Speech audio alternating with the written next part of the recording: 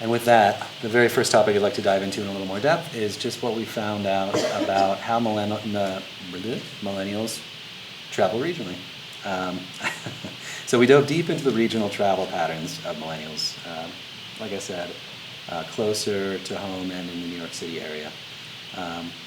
We screened our survey respondents, as I might have mentioned, to be people who actually do some of this stuff. They travel regionally, have access to a car, at least once a year do an outdoor activity, and at least once a year do a cultural activity. And culture or leisure activity could be anything from stuff like visiting museums to visiting wine trails and things like that. Yeah, so that's who we're focused on in the near to midterm. We don't want to have to, with limited budget, sell people on the idea of regional travel. So for people who aren't doing it yet, we feel like we can let someone else do that work or let them age into the demographic where they're doing it. We want to sell the Adirondacks to people who might actually come. And so here's what we found. We're one destination among many. In the past 3 years, the millennials we spoke to said they've been to all these places. And something that sticks out with very few exceptions is that there isn't all that much statistical significantly difference between these places. It's like they'll go anywhere. Everywhere is sort of fair game. They want to try everything. It speaks a little bit to a lack of differentiation, or perhaps that certain areas are known more for certain things. Hudson Valley might have sort of a geographic advantage in terms of being kind of right in the middle of the city, as well as some some of the lower upstate. I went to school in Poughkeepsie. I don't know if anybody knows Poughkeepsie. We call it upstate, and I came up here and I went, I went to school upstate, and everyone went, ha, ha, ha. That's adorable. Yeah, so Hudson Valley might be looking a little higher just from a geographic standpoint. Cape Cod maybe a little lower. But the idea here is this is just one place among many. They want to try a lot of things. And the sort of flip side of that is that they're considering everything. When you ask people where they'd like to go, half of them say the Adirondacks. That's great. The problem is half of them say they want to go everywhere else too. So this is the 9 locations we thought to ask. And I have a feeling if we asked 9 more, 50% of them would all say yes to that too. So what it speaks to a little bit is that there's competition. It may not feel, I think from the standpoint of a consumer or a traveler, it doesn't necessarily feel like all these places are competing for you, but you have ideas, you want to try things, and the palette is just really big now for millennials. So the connection to the outdoors is strong, and it's, like I said, it's a little bit complicated because we said maybe some of the leisure and cultural activities are actually stronger bonds than the outdoor stuff. But the fact of the matter is outdoors is strong. Of the people we talked to who we consider to be our target, 60% have been camping in the past year. That's a lot. And a third have done winter sports in the last year. That's a lot. So there are a lot of, we asked everything from snowmobiling to water skiing to rock climbing. It was a pretty long list, and without getting too crazy with the details, there was a pretty broad number of people who said they did those things, and a very broad number of people said they would like to try those things. So the outdoor connection is strong, but the connection to non-sporting activities is even stronger. So we ask people what they're interested in. They're even more interested in visiting cultural sites. 2/3 say they're interested in food, wine, and breweries. Food, wine, and breweries, which we will probably talk about in a lot more detail in a little while. And 2/3 are interested in things like farmers markets and farm-to-table food, and seeing firsthand some of the farm stores where they can buy stuff like I did on my way out the first time, way out of the Adirondacks on the way back to New York City.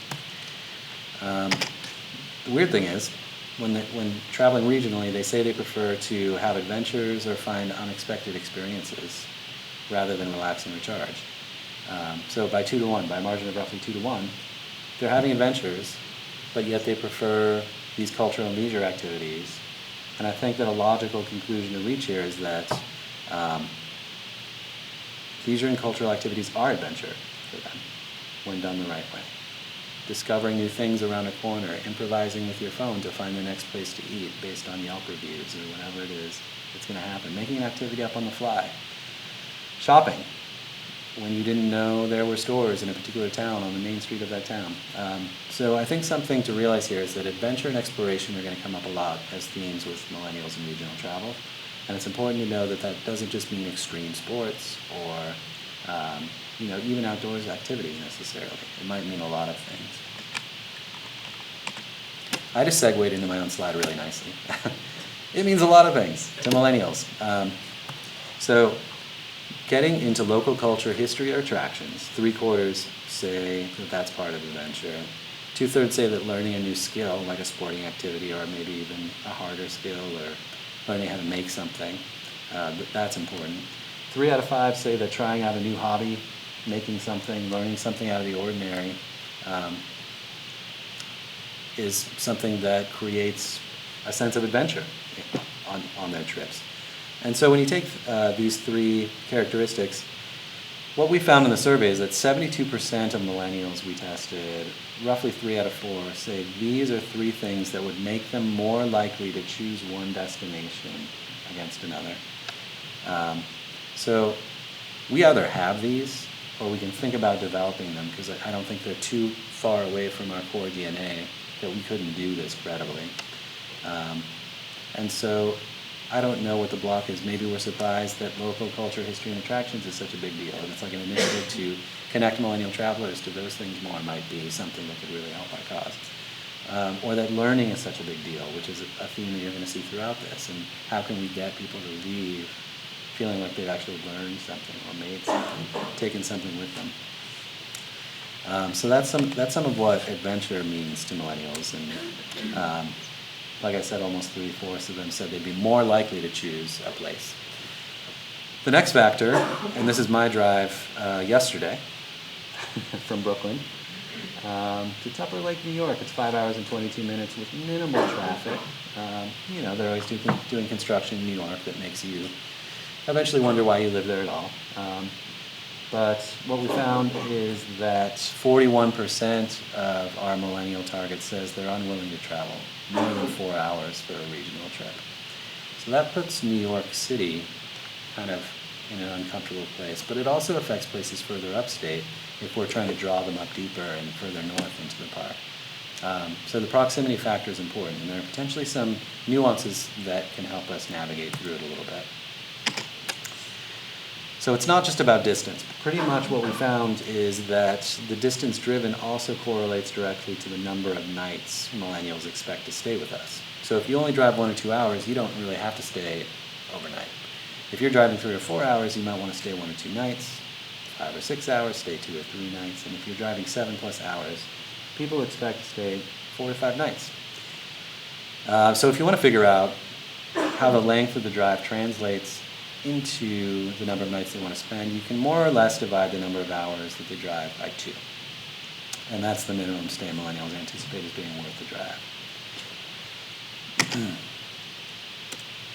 And this is important because if they're going to stay for a bit, it's great for us. But we have to keep in mind that their expectations change if they're going to stay someplace for a while. They need variety, as I said, and they see us as nature. And they don't necessarily know that, we heard people say things like, what if it rains? What if we just get bored? Like, what if I kind of hurt my ankle? What then? And they don't know that there are towns to explore and, just all sorts of other things to do there. And so all of these things play into this idea of the distance equation, because the further you go, the longer you expect to stay. The longer you expect to stay, the more stuff you expect to do. But the picture in their head is mountains, hiking, camping, beautiful, which is all good, but is not filling in this need that people have. And the quotation there speaks for itself. That's one of our focus group respondents from Albany.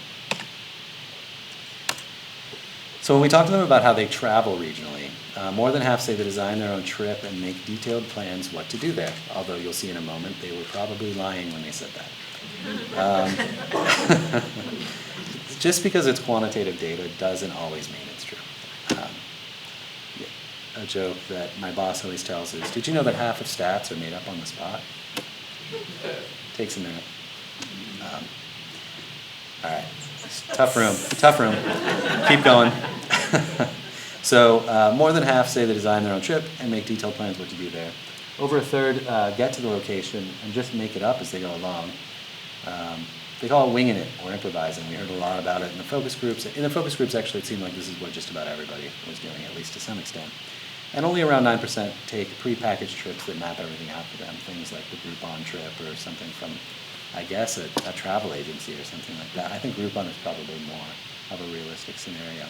So not a non-trivial number, but really those other two modes are the more dominant.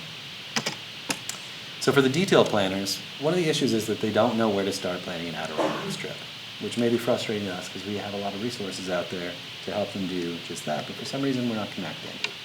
And so for the majority who want to design their trip and make more detailed plans and they don't know where to start, this has become the second biggest reason people have cited for not going. If they don't think they're going, if they don't think they're going to go in the near-term future, it's because they simply don't know where to start, which is a big issue. And there's a little bit of a trip planning mismatch. So for the planners, these are the people who are planning everything before they go. One thing we found that was interesting, and frankly the number surprised me a little bit here, is that more people find places to stay or eat before they find the activities they want to do. And so that might be a little mismatch in terms of how we approach, and the resources we put out for the way people plan trips. There is an emerging food scene here. There are really interesting accommodation options, even at a time when developing further accommodations and more varied accommodations is something that's very much top of mind. There still are interesting options. And so I think elevating and bubbling some of those things up could potentially be very important. So those are the planners. And then with the improvisers, 6 in 10 say that they like to travel to places where they don't know what's going to happen next. So 36% of people say they improvised, and of those, well actually no, the 60% applies to everybody. So more people are actually improvising than they say. So there's people who say they're planners. They might be planning the skeleton of the trip, but they're still doing a lot of improvising in between. And when I go like this, I'm foreshadowing my own point about how they do it, which is with their thumbs. So we'll get more to technology a little bit later on, but basically what happens is we see there are these two modes. One is about detailed planning, one is about improvising, and we have a few issues or disconnects with both of those key modes. Where do they get regional travel inspiration? So how do they even get ideas? There are a lot of stats on this page, and I think that something worth noting is it's kind of all of it. The stuff that we do with mass media, whether that be print advertising or putting videos out there, or ads or sponsored content, PR, things like that, it's working. We heard people reference them both in the focus groups and in the surveys. They may not have mentioned the Adirondacks in particular, because I get a sense that some of the communications that all of these destinations put out there sort of blur for people. But however, that is part of the sort of ambient chatter around travel that they're hearing. But what really seems to cut through, and if you look at the statistical difference there on the left, social and web kind of rules how they get travel inspiration. 86% word of mouth. So people who want to tell a story about a place they've been can be incredibly valuable in terms of spreading the word about that place. 82% say websites and blogs do that job for them. And 68% say social media posts. So I'm on Instagram. I have 800 friends. They're not really my friends. However, I do compare myself to them when I look at their feeds and think, hey, this person found a waterfall in the Adirondacks, and they're getting to tell that story. And I haven't seen that story before, and that is unique. They have social currency. I want to go there. So we heard, especially in the focus groups, that this was super, super important, and that I think, the next page just talks about it. Inspiration just comes to them. So 57% say that regional travel ideas just come to me. I don't have to actively seek them out. So they're not sitting there on Thursday morning at work thinking, I'm overdue for a long weekend. I'm going to go to a travel website and check this out. Probably what's happened is something came up on their Facebook or Instagram or Twitter feed about one of their friends having been somewhere interesting and having a story. Again, the importance of stories. It's like, It's not a still life of a mountain. It's like, I made this jam. I do cool activities that nobody else finds. Like, that's the kind of thing that sort of kind of blips above the chatter in the social media feeds that people get about this topic. So I think we need more ways in having a conversation with them and giving them stories to tell each other, which is something, again, we'll get into a little bit more. So who's influencing regional travel decisions? A lot of millennials claim they are. And they say that they're the one who suggests ideas for regional travel destinations the most often. So with almost half feeling that they do that some to all of the time, why are they trying to do it? Roughly 2/3 say that suggesting the destination makes them feel like they're in the know compared to others. So there's an element of social currency. It's like, hey, I found this thing, we should do it. And you would think that Adirondacks is maybe a little more challenging of a destination, especially for someone, say, in New York City, would be something that could give some cool social currency, some, I know about this, I'm brave enough to suggest it, let's get in the car and drive 5 or 6 hours. And more than 2/3 say they like to be the first to try new regional travel destinations. So it's about social currency. The flip side of social currency is social pressure. 70% of millennials say being the one to choose a location puts pressure on me to get it right. Social pressure, the idea that you will lose social currency, the idea that you'll blow it, and everybody will complain in the car, this is too far, or there aren't the right activities once we get there, or I can't believe there's not a 24-hour drugstore, I'm out of saline solution for my contact lenses, or whatever's going to make a trip a little less pleasant for a group of people coming up here. So that fear of something getting lost if they make the recommendation and strike out contributes directly to why they don't choose us. So 44% say they feel like they need to persuade people to go along with their regional travel ideas. And 12% say it would be hard to get others to come with me, which raises the question, are we giving people the ammo they need to persuade? That might be one interesting angle to think about. There are influencers who might choose us if they felt like they had the ammo to persuade their friends.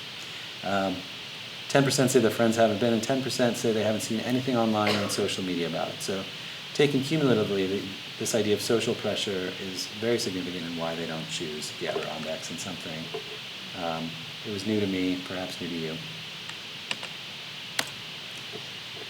And so how do they persuade their friends? Again, social, word of mouth and social media posts.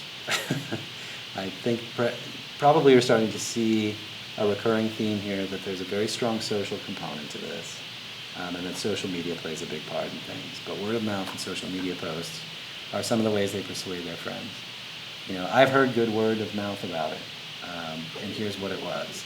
I'm going to forward you a social media post. Look at what a great time these people are having, that kind of thing. And then just more traditional content, reading good things about it. It has good reviews. But once again, you can see on the left the sort of social and word of mouth types of things actually have more of a statistical difference than content, although they're all important. And so something to think about with regard to this generation is, and sometimes I even do it, because for me, I've been watching millennials since they were like kids and teenagers, and they were called Gen Y, and it was all about the youth generation. The important thing to remember is that they're pushing 35 now. The age is 15 or 16 to 35. These are grown-ups. And it's not just friends they travel with for that reason. They're not just going on, booze-soaked boondoggle camping trips with their BFFs from their fraternity or whatever. I don't know. I don't even know. I do imagine that. I went to a school that was practically a girls' school. We didn't have that. Vassar, does anybody know? It's 3 or 4 to 1, if you don't know. So this is important. It's not just friends that they travel with. In fact, only a quarter of the trips that they might take to a place like the Adirondacks is with friends. Another quarter is with a significant other, and 42% is with family.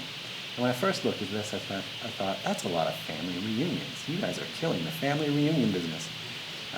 Which, luckily I didn't have that thought for long. When I sort of did the math and realized how many millennials are parents. So 86% of children born today are born to millennial moms. The kids born today are the kids of millennials. The majority of kids 7 or under in the United States have moms who are millennials. So when it comes to a certain age, millennials are starting to dictate and frankly millennialize what parenting is. They've millennialized everything else before them. A bunch of business failures lay in their wake and disrupted models and everything from Blockbuster to the record industry to, and so what are they going to do to parenting? That's a big, among clients of mine who target moms, they're like, what's about to happen? We're all bracing ourselves. And so that played out in our survey where a little more than a third of our survey respondents are parents. When you think back, 42% go with their family, 37% of them are families. Really what's happening here is that they're going with families in which they are the heads of those families.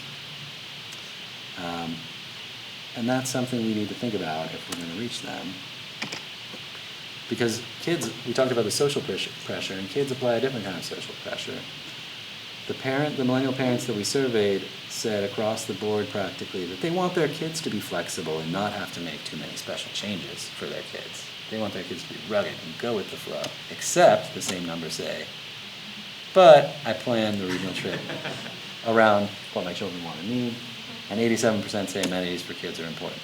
I talked about the person who needed saline solution at midnight. I don't know, I have 2 kids, one is 5, one is 2. Sometimes when it comes to amenities, the ability to find a box of mac and cheese at 11 at night is like super important, like really important. And so the types of amenities that these parents are talking about might be an interesting area to dive into a little more deeply. I enjoyed the cover of Time magazine with these kids, and hell, my parents are millennials, and you can see the phones taking the pictures. How that's going to work out, we don't really know. But these parents also have high hopes for the impact of regional travel on their kids. These are pretty astronomical numbers. This is basically everybody who say they want their kids to learn how to be in nature, and they want their kids to learn new skills. When you ask millennials without kids, they want to do leisure activities, they want to drink beer, they want to go on wine trails, they want to do all sorts of stuff, except that when it comes to having kids, then suddenly they're looking perhaps a little more like a traditional Adirondacks visitor that we might think of. It's like, let's get in the dirt, let's go hiking, let's do all sorts of stuff. And I think part of this has to do with the culture that we live in now. A lot of millennials were raised, I don't know who here can relate with the idea of like going out in the morning on a weekend day or during the summer on their bike and coming back by dinner. That was a thing. That has not been a thing for millennials, and it certainly is not a thing for their kids. And so just being able to come to a place where they can breathe and feel less guilty and feel less like they have to worry about safety, I think is really big. But just this idea that they want their kids to learn how to be in nature. Maybe they didn't learn so well, and they feel guilty. They just want their kids to be presented with a portfolio of opportunities to learn as much as they can. These may be idle threats as well. Whether they're idle or not, we certainly can address this. So some of the implications here, we are one destination among many, and there's a need to differentiate, which is frankly what this project is about, and hopefully by the end of it you'll have a sense that we can move in that direction pretty firmly. Outdoor activities aren't the key for most millennials, even though they are important. So we need to elevate our more complete offering, the more complete picture of what the Adirondacks has to offer. The further away from the park, the more variety travelers need, so to reiterate, elevating our more complete offering. Most travel regionally for adventure, but leisure, culture, and food are part of their definition, so we need to update our definition of adventure and promote it and connect it with millennials. And they don't know where to start planning to visit us. We need to draw the horse to water with more specific ideas. This section was so big you have 2 implication slides. Sorry, guys. They choose lodging or food over activities when they start planning, so we need to elevate those in our communications and planning tools. They improvise digitally. We need workarounds for our lack of cell coverage. Inspiration comes to them, and it comes from social and web. We need to work on our organic social media footprint. There are strong social implications for choosing this location, and we need to help and reduce the sense of risk for millennials to suggest us. by providing more social and content-based evidence that makes it sort of a no-brainer. It's almost like we need to create our sales tools. Some of our sales tools need to become their sales tools so that they can use it with their friends.